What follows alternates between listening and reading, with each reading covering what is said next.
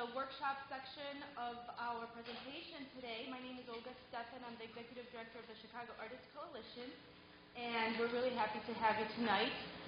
It's been a very interesting couple of weeks with Illinois covered in the state legislature being discussed with the budget and the public art ordinance here locally.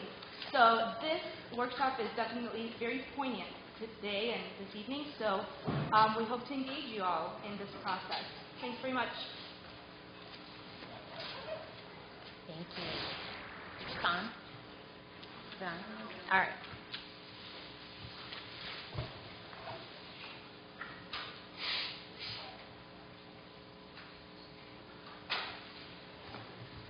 Can you hear me now? No.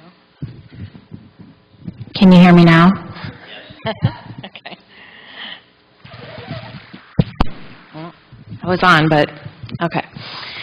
Well, thank you so much for giving us the opportunity to come out here and talk to you tonight, and for giving up your Thursday evening to sit and talk about advocacy. The Illinois Arts Alliance is extremely happy to be partnering with the Chicago Artists Coalition on this evening's presentation and workshop because it gives us a chance to practice what we preach. We talk a lot about how the arts need to speak in a united voice when we are speaking to elected officials and when we're speaking to the media and the community, about how much we could get done if we were all banded together and rowing in the same direction, and how important partnerships and collaboration are. And so this gives us a wonderful opportunity to do that. So thank you very much. My name is Lisa Sukup. I'm the Public Policy Director at the Illinois Arts Alliance. And I'm going to be talking a little bit more about what the Arts Alliance is working on later. But just to let you know, if you're not familiar with the Illinois Arts Alliance, we have been around for about 25 years. And we're the statewide arts advocacy and service organization.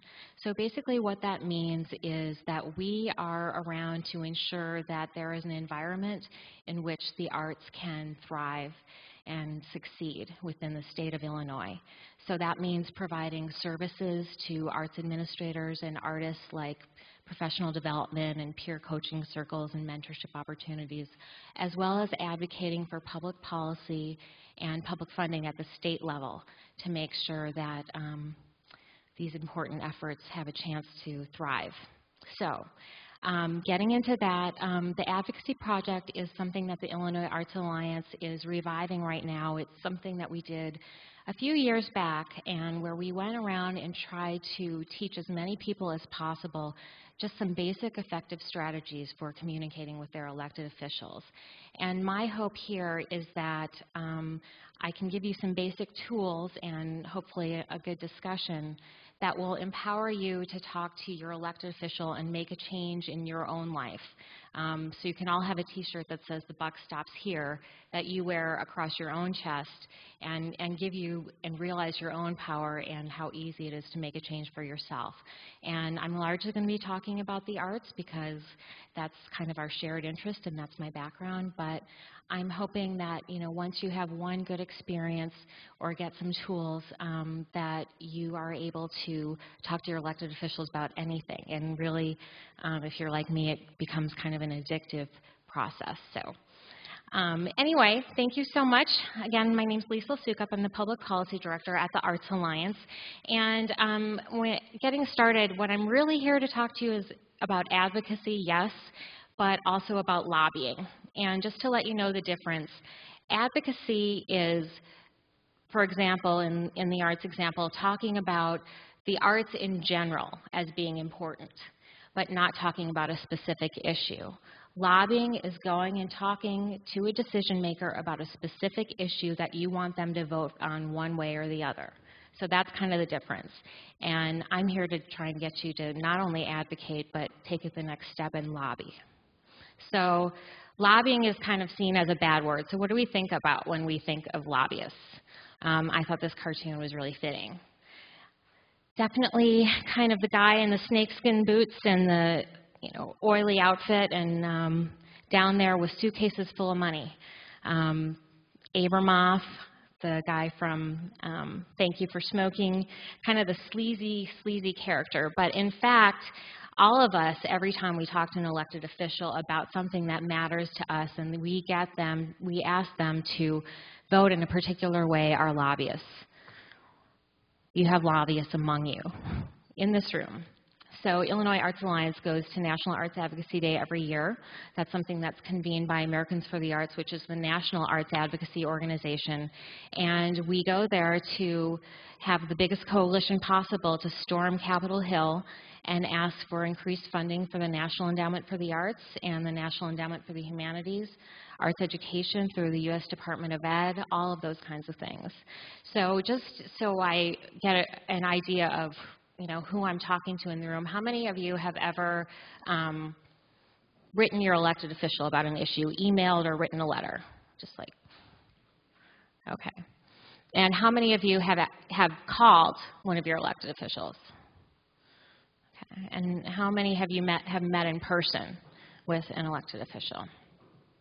All right, so you're already all expert lobbyists, so, what do you need? Well, how many of you that wrote or an email or a letter got a response? Oh, that's much fewer. And out of those people that got responses, how many of you got not a canned form letter, but a personal response? Okay, fewer still. Well, my hope in talking to this is that I'm going to help you be able to elicit that response, because it is very important to write your elected official, and they are counting the numbers that are weighing in on an issue, but what we want to do is get their answer, yes or no. Can we count on them for our support? This is a quote from the Center for Lobbying in the Public Interest, and just to let you know about that organization, it works hand in hand with nonprofit organizations to teach them how they can be effective lobbyists. Teaches them what they can do, what they can't do as 501c3s or 501c4s or PACs, and really pushes the message that if you're a nonprofit organization and you're not lobbying, not only is it your right to lobby, but it is absolutely your obligation, and that if you're not pushing for political change on your issue, you are very often addressing the symptom but not the root of the problem. So it's very important that we get involved in these issues. So why are lobbyists so influential? Well, we talk a lot about suitcases full of money and campaign contributions, and certainly those are very important things, but those aren't the only things. The word lobbyist comes from the fact that these guys used to hang out in the lobby outside of hearing rooms and offices and wait for their senator or their elected official to walk by.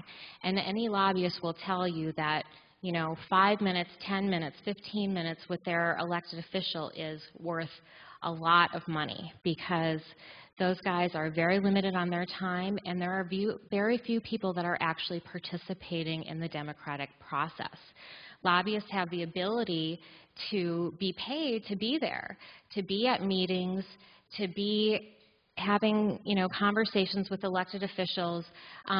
That's their job, so it's not taking care of their work every day, and a lot of their power is just being present, because there are so few people participating in the democratic process. The few that are become a lot more powerful, and those folks are dependent upon to provide information. Elected officials are given thousands, literally thousands of bills to read in a legislative session or a congressional session, and there is no way that in